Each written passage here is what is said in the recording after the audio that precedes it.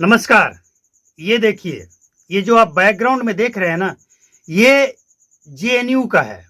कभी यहाँ पे भारत तेरे टुकड़े होंगे के नारे लगते थे और आज वहाँ कश्मीर हमारा है और वगैरह वगैरह जो नारे लग रहे हैं, ये राहुल गांधी को जरूर देखना चाहिए, क्योंकि हर बातें, हर तस्वीर सिर्फ और सिर्फ विरोध करने के लिए नहीं होता है।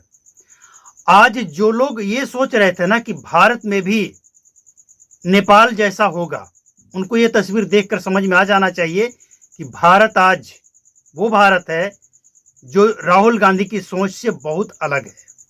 राहुल गांधी और इनके कुछ आसपास घूमने वाले लोग ये कामना कर रहे हैं कि भारत में भी वही हो जो नेपाल में हुआ, जो बांग्लादेश में हुआ, जो अदर कई कंट्रियों में हुआ, वही हाल श्रीलंका में हुआ और न जाने कहाँ कहाँ, पाकिस्तान में हुआ, कहाँ कहाँ हुआ, वो भी भारत में हो। तो उन सब के लिए एक एक करारा जवाब है, एक मैसेज है कि भारत आज का भारत है और ये युवाओं का भारत है और युवाओं में ये सोचने और समझने की शक्ति है और वो सोच समझ सकते हैं कि देश हित के लिए काम कौन कर रहा है और देश के लिए नफरत कौन फैला रहा है। आप अपने मुंह में या मिट्ठू बनने से नहीं होगा। अगर राहुल गांधी की यही हालत रही, जिस तरह से वो काम कर रहे हैं, आने वाले कुछ टाइम में उनके पार्टी के अंदर ऐसा विरोध होगा कि कांग्रेस टूटकर बिखर जाएगी। वैसे भी जो भारत के साथ खड़े लोग हैं, जो देश हित की बात करने वाले लोग हैं कांग्रेस के अंदर, वो एक एक करके कांग्रेस छोड़कर अलग हो रहे हैं। वो समझ चुके हैं कि कांग्रेस और राहुल गांधी अब सुधरने वाला नहीं पार्टी है और ऐसे पार्टी में रहने के बाद आने वाले कुछ टाइम में मेरा भी नाम उसमें हो जाएगा जो तमाशा देखने वालों में होता है। आपने एक कहानी सुना होगा ना कि एक गांव में एक झोपड़ी में आग लगा था, तो सब तमाशा देख रहे थे और एक चिड़िया अपने चोंच में पानी भरकर उस झोपड़ी के ऊपर डालता था। जब उसे पूछा गया तो वो चिड़िया कहा कि हाँ, हमें पता है कि आग मेरे चोंच में पानी डालने से नहीं बुझेगा, लेकिन मेरा नाम तमाशा देखने वालों में नहीं, आग बुझाने वालों में होगा, यानी सेवा करने वालों में। तो जो कांग्रेस के बड़े लीडर हैं वो समझ चुके हैं कि जब तक राहुल गांधी कांग्रेस के सर्वोसर्वा रहेंगे तब तक कांग्रेस का कुछ नहीं हो सकता है। आप महंगाई की बात करते हैं तो सबसे पहले बात तो ये निकल कर आता है ना कि जहां आपकी सरकार है वहां पूरे भारत से सब कुछ सस्ता कर दीजिए। वहां की, चलिए मान लेते हैं कुछ चीजें भारत सरकार के अंदर होता है, लेकिन राज्य सरकार के अंदर जो चीजें हैं उस पर आप टैक्स जीरो कर दीजिए। इतना सस्ता कर दीजिए कि वो एक पूरे देश के लिए एग्जाम्पल बन जाए कि देखो मेरी सरकार यहाँ है, हमने ये चीजें इतना सस्ता कर दिया है और ये इतना सस्ता पूरे भारत में हो सकता है। एग्जाम्पल दे दीजिए। लेकिन नहीं, तो देश की जनता को मूर्ख बनाना छोड़िए और ये तस्वीरें आपके उस सपने पे पानी फेर दिया है जो आप सपना देख रहे थे कि भारत में भी वही होगा। और 100 बात की एक बात, अगर किसी के सपोर्ट में दुश्मन आ जाए तो समझ लेना कि वो दुश्मन से मिला हुआ है। राहुल गांधी के सपोर्ट में आज पाकिस्तान खड़ा है, कह रहा है कि राहुल गांधी का जो विचारधारा है वो सबको लेकर चलने वाला है। तो सबको लेकर चलने वाला नहीं है। राहुल गांधी की विचारधारा पाकिस्तान को साथ लेकर चलो, पाकिस्तान में पल रहे आतंकवादियों को साथ लेकर चलो और देश की बुराई करो, देश के जो संवैधानिक संस्था है उसकी बुराई करो बिना कोई सबूत के। कहा गया, अगर कोई कांग्रेसी इस वीडियो को देख रहा है तो जरा ये बता दे कि वो कहाँ गया सबूत। जो फटता तो एकदम भूचाल आ जाता, क्या पता नहीं क्या क्या हो जाता, हाइड्रोलिक, हाइड्रोजन, कौन सा बम था, क्या हो गया उसका, बस खत्म, डिफ्यूज। तो है कुछ नहीं, सबूत के नाम पे कुछ नहीं है। राहुल गांधी का सिर्फ भाषणबाजी है और राहुल गांधी को ये जो सबूत देने वाला है ना, वो भी समझता है कि ये वो व्यक्ति है जिसको सबूत से कोई, सच्चाई से कोई मतलब नहीं है।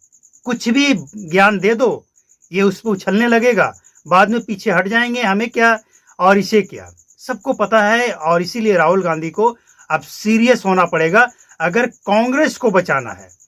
अब कांग्रेसियों को सोचना होगा कि कांग्रेस को अगर बचाना है, कांग्रेस को अगर ऑक्सीजन देना है, तो राहुल गांधी को ऐसी हरकतों से बचना होगा। और राहुल गांधी अगर ऐसी हरकतों से नहीं बचते हैं तो फिर राहुल गांधी को कांग्रेस से बाहर करना होगा। लेकिन ये संभव नहीं है। ये दो बातें हमने जो कही है ना, ये दोनों संभव नहीं है। किसी के अंदर गुर्दा नहीं है कि वो राहुल गांधी का विरोध कर दे कांग्रेस में होते हुए। अगर कोई करता भी है, मनीष तिवारी, मनी आइए शंकर, ऐसे बड़े बड़े लीडर, अगर किसी ने सच बोल दिया और जो सच है तो उससे पार्टी साइड लाइन कर देती है। राहुल गांधी उसे नजरअंदाज कर देते हैं और ये सलाह दे देते हैं कि उस व्यक्ति को पार्टी से अब लेना देना नहीं है। तो जब तक ऐसा रहेगा बीजेपी को फायदा होता रहेगा। और हम समझते हैं कि राहुल गांधी को अगर देश हित की बात करनी है तो सबूत के साथ करना पड़ेगा। अब जैसे एक कहावत आपने सुना होगा, कहानी, कि एक बच्चा हमेशा चिल्लाता था, शेर आया शेर आया शेर आया। गांव के लोग इकट्ठा हो जाते थे और देखने लगते थे कि भाई बच्चा को कोई नुकसान ना हो जाए, कहाँ शेर है, कैसे शेर है, कहाँ शेर आया, कहाँ कब आया, कैसे आया, कुछ नुकसान नहीं हुआ। मतलब लोग इकट्ठे हो जाते थे उसकी बातों पे यकीन करके। लेकिन वो बच्चा कहता था कि नहीं, हम तो वैसे ही मजाक कर रहे थे। तो फिर अचानक होता एक दिन ये है कि वो शेर शेर चिल्लाता और सचमुच शेर आ जाता है। और लोग समझते हैं कि यार ये तो ऐसे ही चिल्लाते रहता है, इसको छोड़ो, कोई शेर वेर आता नहीं है। और सचमुच शेर आ जाता है और उस बच्चे को घायल कर देता है। बाद में लोग उसको कहते हैं, इसलिए मजाक उतना ही करो जितना हजम हो। तो राहुल गांधी के साथ भी वही होगा। एक दिन ये सचमुच सबूत लेकर भी आ जाएंगे ना भारत के अंदर, सबूत लेकर कि हमने मोदी के भ्रष्टाचार का सबूत लेकर आया है, तो भारत की जनता विश्वास नहीं करेगी। अरे ये वही है, हाइड्रोलिक, हाइड्रोजन, फलाना ढिंकाना, बड़े बड़े बातें करने वाला, सबूत के नाम पे चुनाव आयोग पे सवाल खड़े करने वाले, आज खुद सवाल खड़ा, एक सवाल बन गया है। कहां बिहार में आपने यात्रा किया, 17 दिनों का यात्रा, 24 जिलों का यात्रा। भाई 24 जिलों में अगर 24 लोगों का भी नाम आप दे दिए होते कि इन 24 लोगों का नाम चुनाव आयोग ने काट दिया था, जो नहीं कटना चाहिए था उसे हमने कटने से बचवाया, जुड़वाया, तो लोगों को लगता कि नहीं यात्रा इनका सफल रहा। लेकिन कुछ नहीं, कोई डेटा नहीं। अगर कोई डेटा है तो फिर दिखाना चाहिए, बताना चाहिए देश के सामने, लेकिन कुछ है ही नहीं। तो हर चीज पे विरोध करना और ये झूठ फैलाना कि सबूत है, परमाणु बम फोड़ेंगे, हाइड्रोलिक बम फोड़ेंगे, हाइड्रोजन बम फोड़ेंगे, फलना करेंगे, ढींगा करेंगे, और निकलता एक सुतली बम भी नहीं है, तो विश्वास खत्म हो जाता है ना। और सबसे बड़ी बात कि हर बात पे राजनीति करना, हर बात पे देश से विरोधी बात करना सही नहीं है। लोग समझ चुके हैं आपकी नीयत क्या है, लोग समझ चुके हैं। और एक दिन सचमुच उस बच्चे वाली हालत होगी कि बाघ आ जाएगा और लोग समझेंगे कि इसकी तो आदत है। तो राहुल गांधी पढ़े लिखे हैं, लेकिन पता नहीं संस्कार कैसा है कि वो सुधरने का नाम ही नहीं लेते हैं, सुधरना चाहते ही नहीं हैं। और सबसे अहम बात यह है कि उनके पार्टी में जो सीनियर लीडर हैं और कुछ भारत के अंदर नेता, ऐसे नेताओं को ऑक्सीजन देने वाले कुछ पत्रकार हैं जो झूठ को बढ़ावा देता है। राहुल गांधी के कहे बातों को ऐसे बोलता, ऐसे फैलाता है ना, जैसे सचमुच राहुल गांधी कुछ बड़ा करने वाले हैं। और जब वो वक्त आता है तो कुछ ही होता ही नहीं है, कुछ नहीं। पार्लियामेंट में जब बोलने जाऊंगा तो मोदी मेरे सामने टिक नहीं पाएगा, फलना ढींका, और जब बोलने का मौका आता है कोई शब्द ही नहीं है, कुछ नहीं। बात मुद्दा चल रहा है क्या, तो वो बोलेंगे क्या, उनका टाइम खत्म हो गया, फिर वो कहेंगे नहीं हम तो बोलेंगे।